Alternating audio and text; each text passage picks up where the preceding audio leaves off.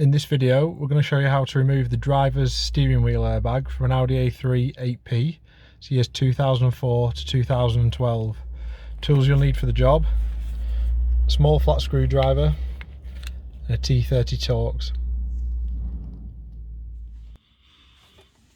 First step is to release the lock on the steering column and pull it as far out as you can towards you to give you room on the back.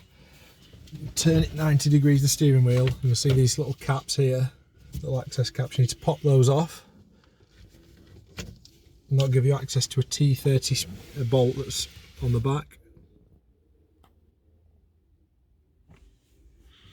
Using your T30 Torx, undo the bolt.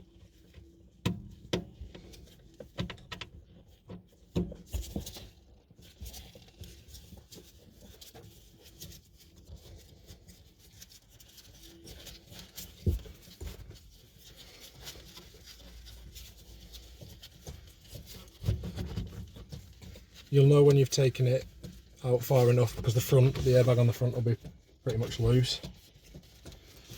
Once you've undone that, you need to turn the steering wheel under 80 degrees and do the same for the one on the other side.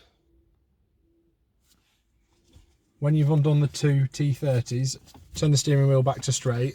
The airbag will just pull out towards you. Just pull it gently because there's wiring on the back there. First one you need to undo is this one.